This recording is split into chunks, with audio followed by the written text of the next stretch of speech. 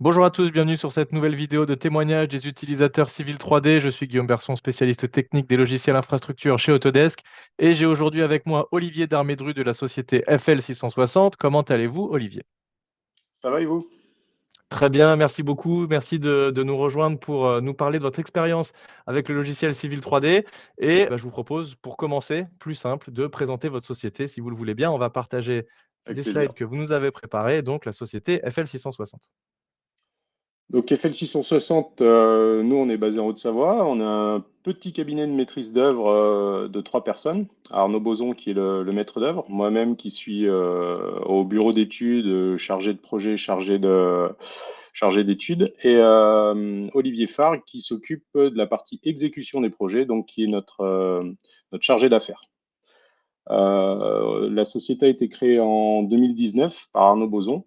On fait de la maîtrise d'œuvre, du contractant général. On travaille principalement sur du bâtiment industriel, en neuf, en rénovation, des bâtiments de jusqu'à 2 000 à 3 000 mètres carrés.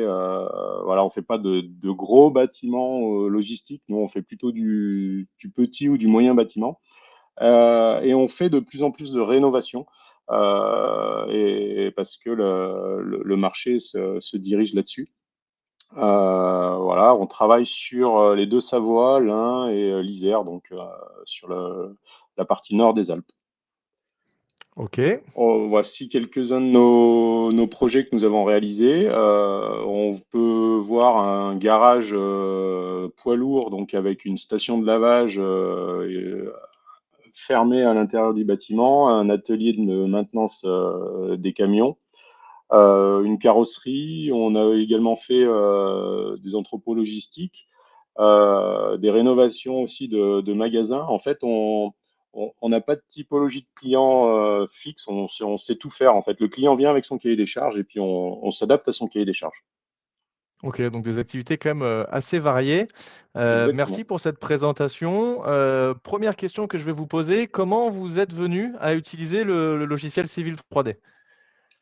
Alors moi, quand je suis arrivé dans l'entreprise, on avait déjà la suite AEC et Arnaud travaillait avec AutoCAD Architecture. Donc j'ai commencé dessus et j'ai exploré la suite l'AEC Collection parce que comme on avait l'abonnement, j'étais curieux, je suis allé voir un peu ce qu'on avait. Et là-dessus, je suis arrivé sur plein de logiciels, hein, tous ceux qui sont dans la suite. Et du coup, j'ai dit par rapport à ce qu'on fait, tiens, qu'est-ce qui pourrait être intéressant à notre métier? Donc, doucement, j'ai basculé sur Civil 3D et d'autres logiciels. Donc, je suis passé par des formations pour arriver à maîtriser un peu tous ces logiciels. Mais du coup, en fait, il y a vraiment tout ce qu'on a besoin dans la suite AEC. Et à chaque fois, en fait, que j'avais un besoin en conception ou en dessin sur une problématique donnée, je vais chercher dans la suite AEC quel logiciel pourrait nous aider. Et puis après, avec une formation, on arrive à faire ce qu'on veut et à répondre à nos besoins. Alors justement, quels sont les points forts que vous avez un peu détectés dans Civil 3D où vous vous êtes dit: «Bah oui, pour ces besoins-là de BIM infrastructure, c'est le logiciel, qui va me convenir»? Sur Civil 3D, l'avantage, c'était vraiment toute la partie topo et la partie réseau. Civil 3D, il nous a permis de faire des calculs de cubature, par exemple, quand on a des projets comme chez nous, dans les Alpes, où souvent on n'est pas forcément dans la plaine, mais on est un peu dans la montagne. Du coup, on a vite des volumes de terrassement qui peuvent être importants. Mmh. Donc, ça nous a permis d'utiliser des modélisations numériques de terrain pour faire des calculs de déblai remblai. Ça nous permet aussi de vérifier les écoulements sanitaires, qu'on arrive bien à se raccorder gravitairement ou est-ce qu'il nous faut une pompe de relevage. Ça nous permet de faire des avant-projets, d'implanter nos projets dans son environnement, parce on peut se connecter à des données externes qui font qu'on enrichit notre maquette. Euh, et après, nous, comme moi, je travaille beaucoup sur Revit, et du coup, j'utilise Civil 3D avant d'utiliser Revit, en fait. Ça me permet Ok. vraiment de créer tout mon environnement de travail. Mhm. Très intéressant. Ok, merci. Alors, est-ce que vous utilisez donc des country kits, on connaît maintenant l'utilité des country kits, donc il y a plusieurs pays qui sont dotés de country kits. Il existe le country kit France. Est-ce que vous utilisez l'un des country kits pour votre utilisation au quotidien de Oui, Civil 3D?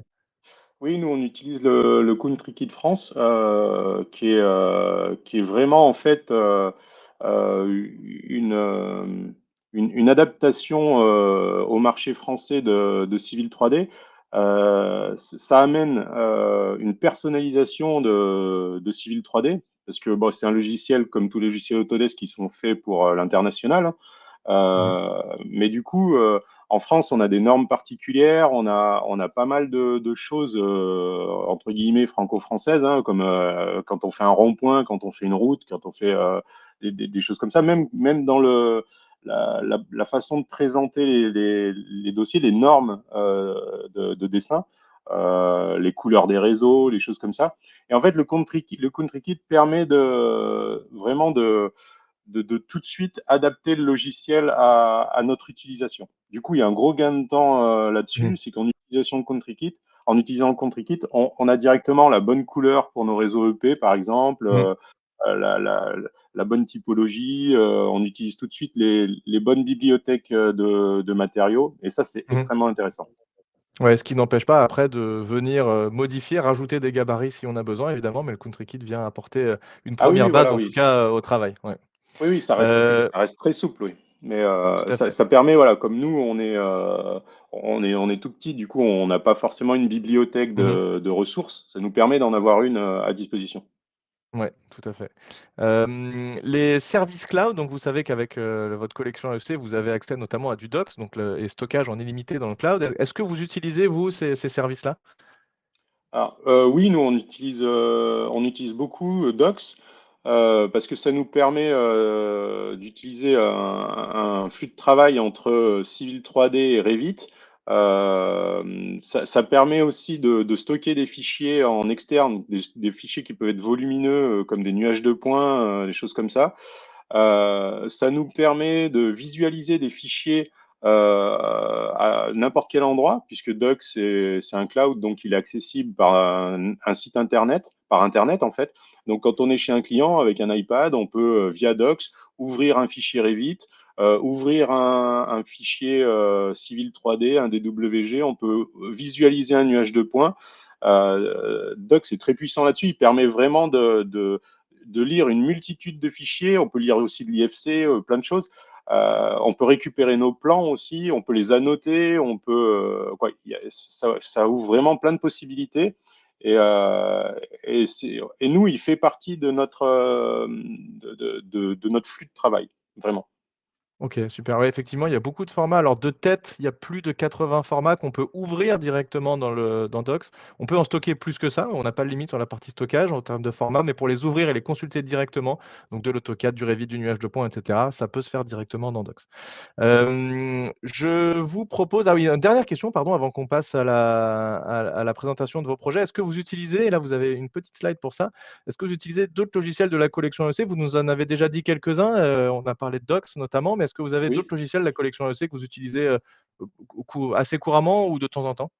oui, alors nous, on utilise aussi Recap Pro qui sert pour le traitement des nuages de points, qu'on utilise de plus en plus parce que, bah, comme je vous disais, on fait de la rénovation. Donc en rénovation, on a l'habitude de faire des nuages de points pour vraiment savoir connaître notre bâtiment et ses contraintes, puisqu'il va falloir qu'on s'adapte à l'existant. On travaille aussi avec les données du LIDAR HD de l'IGN Mhm. qui sont disponibles maintenant sur toute notre région. Du coup, quand on est en avant-projet, qu'on n'a pas encore les fichiers du géomètre ou les relevés du géomètre, on peut importer nos données LIDAR et puis avoir les altitudes et avoir notre terrain en 3D. Donc ça, on le fait via Recap. On utilise aussi Advanced Steel qui sert pour la construction métallique, qui nous permet de dessiner en 3D les charpentes métalliques. On a aussi la fonction dans Revit, mais Advanced Steel est vraiment fait pour ça. Il est très précis et très, ouais, il est fait pour faire. Vous pouvez produire de la charpente métallique avec, donc Il y a pas de limite avec Advanced Steel. Donc ça, on s'en sert pour redessiner la charpente d'un bâtiment ou faire une plateforme industrielle, par exemple, quelque chose d'assez simple. Un escalier métallique aussi, Mhm. j'utilise beaucoup pour ça. Et après, je réimporte tout ça dans Revit. AutoCAD, qu'on utilise pour la lecture des DWG et puis quand on a du travail rapide à faire en 2D. Également, on utilise InfraWorks qui nous sert pour les faisabilités, pour la présentation des projets avec les clients, quand on est vraiment dans l'avant-projet. On utilise aussi, depuis peu, on utilise Forma, qui est le dernier né, entre guillemets, de chez Autodesk, euh, qui est disponible en ligne, en fait, c'est sous forme d'un site internet et ça permet de faire de la faisabilité, donc récupérer de la donnée en fait sur des terrains et des volumes aussi, et puis de présenter plusieurs possibilités de création de projets avec des volumes qu'on peut travailler assez facilement. Et on utilise aussi Twinmotion avec Revit Mhm. pour faire du rendu. Et tout Ouais. ça est dans la suite EC Collection. Il y en a Ouais, encore donc, bien d'autres, hein, mais on n'a pas ouais, ouais, encore bien tout sûr, mais exploré. vous avez déjà pas mal optimisé, je trouve, et une belle utilisation de tout le logiciel. Et juste petit rappel sur Twinmotion, on peut effectivement l'utiliser avec Revit, mais on peut importer d'autres données aussi, notamment par exemple qui viennent de Civil 3D ou d'InfraWorks. Ouais, On du va nuage de passer, points aussi. c'est vrai, on peut intégrer effectivement Ouais, du nuage de ça points. c'est pas mal. Euh, on va passer, donc vous nous avez ramené plusieurs exemples de dossiers et je vais vous laisser Oui. les commenter. Donc je passe tout de suite sur le premier dossier. Est-ce que vous pouvez nous raconter un petit peu l'histoire de celui-ci? Et puis dites-moi quand vous voulez que je change de slide aussi également. Ouais. Donc ça, c'était un dossier où on avait une forte pente. Le client voulait faire une extension de son usine à l'arrière et en fait, il fallait qu'on enlève la moitié de la montagne, hein, si on peut dire. Donc on avait une grosse paroi cloutée, puis on avait des contraintes aussi parce qu'on était très proche des limites de propriété. Euh, et du coup, là, on a voulu vraiment tout remodéliser en 3D pour être sûr des cubatures, parce que en plus le chantier au niveau accessibilité était assez compliqué. Du coup, quand on fait des voyages de camion avec du déblai remblai, il vaut mieux être précis. Donc voilà. Là, ce qu'on peut voir, c'est en fait l'intégration du DWG, du géomètre dans Civil 3D pour déjà vérifier la géolocalisation. Vous pouvez passer la Ouais, slide. ouais. Là, donc, on crée, à partir de ça, en fait, je nettoie le fichier du géomètre. S'il a besoin, il y a des fichiers de géomètre qui arrivent qui sont parfaits, où on trouve, en fait, sur la partie 2D, tout ce qu'on a besoin et en 3D que les références altimétriques. Donc, ça, c'est parfait pour faire son MNT. Il y a des fichiers qui demandent un petit peu de travail en amont, mais c'est assez rapide parce que Civil 3D a les outils qui sont, euh, qui sont déjà intégrés pour rapidement, en quelques clics, remettre tout d'aplomb, c'est-à-dire ce qui va en 2D, le remettre en 2D, et ce qui va en 3D nous servir pour créer notre MNT, notre modèle numérique de terrain, peut aller en 3D. Mhm. Donc là, on voit en fait le travail et on arrive après à la création du MNT. Donc, on voit bien les plateformes où se trouvent les bâtiments, on voit bien les altitudes. On peut mettre des courbes de niveau, on peut afficher en fait le MNT de la façon qui nous va bien. On peut le modifier aussi assez facilement, et c'est ce qu'on fait justement quand on fait les calculs de cubature, c'est-à-dire on va créer un terrain avant et après terrassement. Et ensuite, le logiciel va nous calculer la différence des volumes entre les deux et puis va nous dire, bah voilà, il y a tant de déblais, tant de remblais. Mhm. Mais on peut aller encore beaucoup plus loin dans les calculs. Hein, on peut afficher après les zones avec là où c'est plus ou moins terrassé, avec des couleurs, etc. Quoi. Il y a vraiment beaucoup de possibilités de Ouais, personnalisation ou de visualisation de la donnée. tout à fait. Ouais. Si on veut afficher d'une certaine manière les endroits où il y a une pente supérieure à X%, on peut le faire refléter très Oui. facilement dans le Là, logiciel là, directement. Là, c'est assez facile parce que le terrain a beaucoup de pentes, mais c'est vrai quand on est sur des terrains un peu plus plats, Mhm. des fois, on a du mal à voir où est-ce que ça monte, où est-ce que ça Ouais, descend. Et en fait, en modifiant les caractéristiques d'affichage, on arrive à bien visualiser les, les, les parties de déblai d'emblée ou les parties qui sont euh, à une altitude supérieure ou inférieure de ce qu'on recherche. tout à fait. Et donc là, ce qu'on voit, c'est le MNT qui a été créé dans Civil 3D, qui a été basculé sur Docs, et ensuite qui est revenu via un lien de terrain sur Revit. Donc quand tout est calé sur le bon système de coordonnées, il n'y a rien à faire, il y a juste à cliquer sur importer et le terrain arrive pile poil là où on veut dans Revit. Et dans Revit, après, bah, ça nous permet de vérifier par rapport à notre maquette qu'elle soit bien implantée. Après, ça marche aussi dans les deux sens, c'est-à-dire qu'on peut prendre notre maquette et l'extraire en DWG 3D et l'envoyer sur Civil 3D Mhm. pour éventuellement retravailler notre terrain dans Civil 3D. Ouais, donc ce fameux workflow, on a une surface dans Civil, on l'upload, il y a un bouton pour ça dans Docs, et depuis Revit, Exactement, on consomme cette donnée-là pour l'afficher directement en bonne coordonnée dans Revit. exactement. Là, on passe sur un autre projet, si je dis pas de bêtises. Oui, c'est ça. Donc ça, c'est un projet qu'on a mené depuis la phase de faisabilité. En fait, le client voulait étendre une zone d'activité qui se trouvait à proximité d'un aéroport. Et il restait deux, trois terrains qui étaient vraiment collés à l'aéroport. Et du coup, il voulait savoir ce qu'il pouvait faire sur ces terrains avant de les commercialiser, avant de faire les travaux de terrassement et d'aménagement qui restaient sur ces parcelles-là. Donc nous, on a récupéré des données de servitude aéronautique, ce qu'on peut voir en blanc en fait le fichier. Ensuite, on les a remodélisés en 3D, ce qu'on peut voir en orange en fait. Euh, et ensuite, on a aussi intégré les données de bruit liées à l'aéroport, les zones de bruit, parce que bah, du coup, ça peut être des contraintes pour les futurs preneurs. C'est les espèces de taches qu'on voit en rouge, orange, verte et bleu là Mhm. au centre. Et on a également intégré les servitudes radioélectriques à cause des systèmes de guidage des avions. C'est des espèces de cônes, pareil, en 3D, dans lesquels on n'a pas le droit de construire. Et à partir de tout ça, en fait, on a créé, on a étudié par rapport au terrain l'implantation des bâtiments et la hauteur maximum des bâtiments. Vous pouvez passer sur la slide Oui. d'après. Donc ça c'est un InfraWorks, c'est ce qu'on a présenté au client en fait. On peut voir l'aéroport qui est sur le côté, la piste d'aéroport, les projets d'implantation des bâtiments qu'on avait. Et InfraWorks nous a permis de faire une présentation 3D au client pour qu'il visualise mieux l'étendue du projet, les Mhm. implantations des futurs bâtiments et l'extension de la voirie. Ok, c'est super, super utilisation de ce fameux combo Civil 3D InfraWorks. C'est une utilisation un petit peu originale en tout cas, c'est très intéressant. Donc là, on peut voir comme d'habitude, en fait, quand on travaille un projet, la première des choses à faire, quoi, ou en tout cas, moi, la première des choses que je fais, c'est le géolocaliser.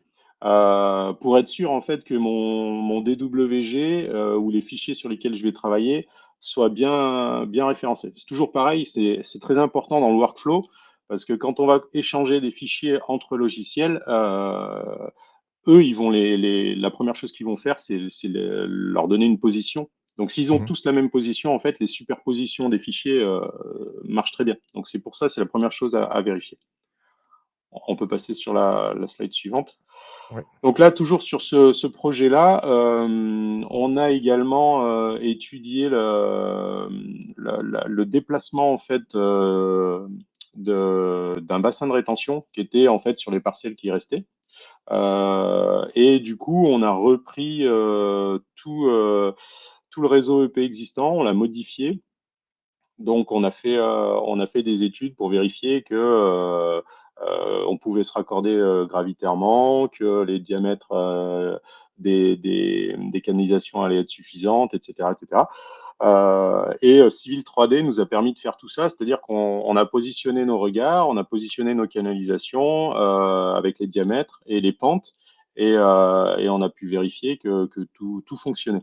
Alors, en amont d'un bureau d'études spécialisé, hein, parce que nous, on n'a pas toutes les cartes, on va dire, mais Mhm. ça nous permet de vérifier en fait nos hypothèses. C'est-à-dire, le bureau d'études après valide notre hypothèse ou la complète, mais ça nous permet déjà de partir sur des bonnes bases au niveau des diamètres des canalisations et des pentes.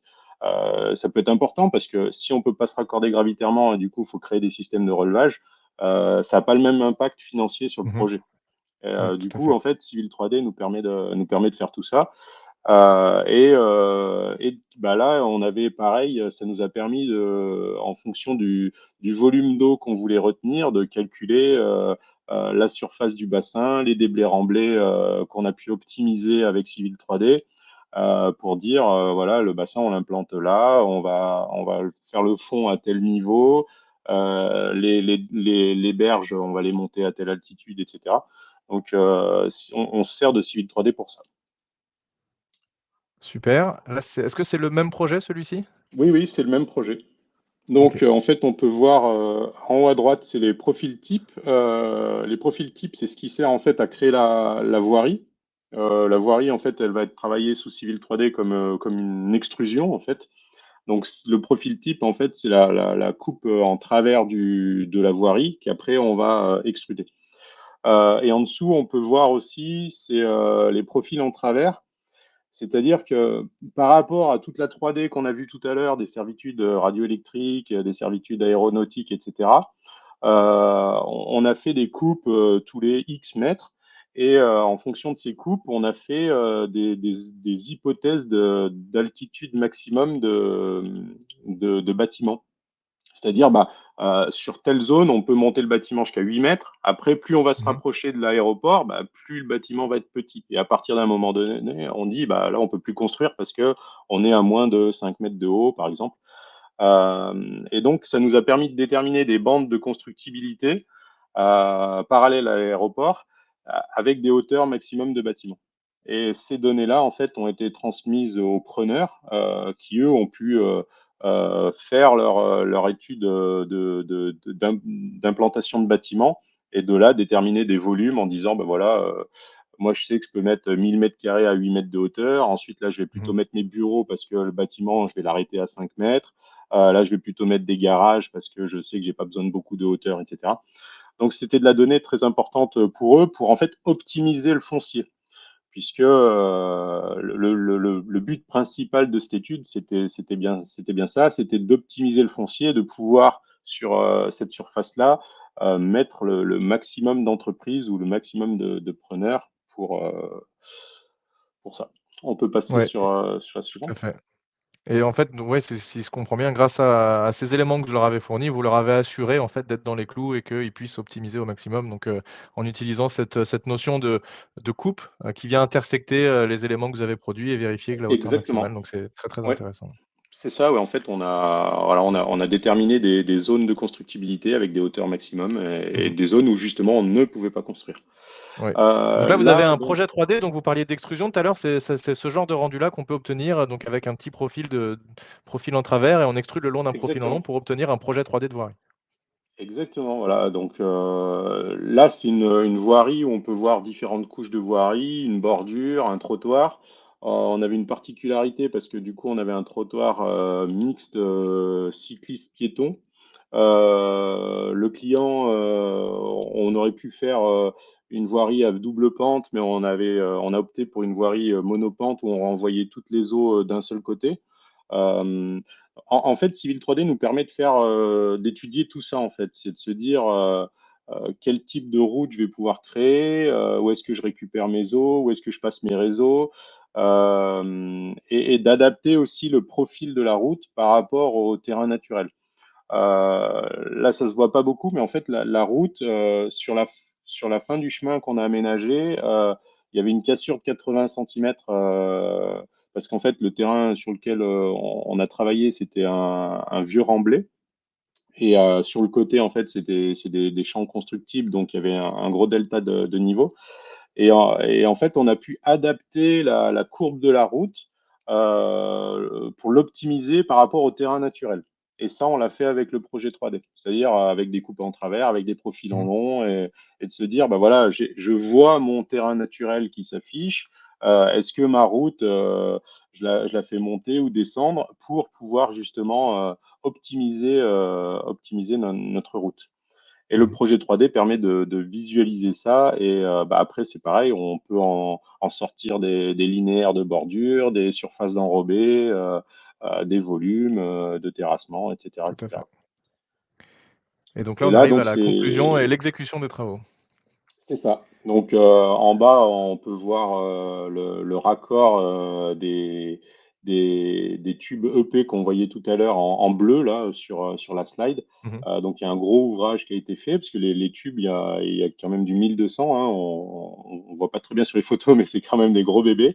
Mhm. Et puis, on peut voir le terrassement au niveau de la route qui a été fait pour créer les réseaux secs et les réseaux humides qu'on a passés. Donc, Civil Super. 3D nous a permis de faire aussi tout le rendu client pour les consultations avec donc toute la voirie, les réseaux qui étaient repérés, les bornes incendie, etc., etc.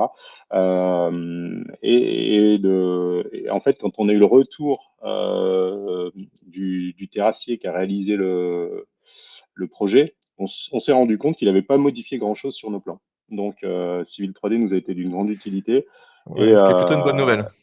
oui, et puis même pour eux, parce que c'est vrai qu'eux, ils ont pu récupérer un DWG qui était propre, des fichiers qui étaient géolocalisés. Donc, ça évite à chaque fois que tout le monde refasse le travail de zéro, quoi. Si le travail est fait correctement en amont, ceux qui arrivent derrière, bah, ils sont bien contents de récupérer des fichiers et des choses qui fonctionnent bien, quoi. Mhm. Eh ben, merci pour ces beaux exemples que vous nous avez apportés et ces Avec explications. plaisir. Avant de vous quitter, on va juste vous poser une petite question. Comment vous voyez votre évolution sur le logiciel? Est-ce que vous sentez des besoins d'amélioration à certains endroits? Comment ça va se passer là dans les années à venir pour vous? Bah, nous, on va surtout travailler dans les années à venir, je pense, sur la connexion aux données de Civil 3D, parce que Civil 3D permet de récupérer des données qui sont en ligne et qui sont gratuites. Je pense notamment aux données cadastrales, beaucoup de données de l'hygiène, par exemple, récupérer des routes, des choses comme ça. On peut se connecter aussi à des données gratuites qui sont en fait celles qu'on obtient en faisant des DICT, par exemple. Je pense notamment aux lignes électriques ou aux réseaux de gaz enterrés, les choses comme ça. En fait, ces données-là sont disponibles gratuitement en ligne et Civil 3D est capable d'aller les récupérer et puis Mhm. de les afficher directement dans nos projets. Donc, à l'avenir, on va essayer d'intégrer ces données-là. Pareil pour gagner en rapidité, pour gagner en efficacité, en précision sur nos projets. Oui, tout à fait. Et il y a également, avec le partenariat Esri Autodesk aussi, possibilité de se connecter à des données SIG, notamment connexion directe avec ArcGIS. Merci beaucoup, Exactement. Olivier, pour ce témoignage et cette Merci à présentation. vous. Merci d'avoir participé. Merci à vous d'avoir suivi cette vidéo depuis chez vous. Et à très bientôt. Bonne journée. Au revoir. Au revoir.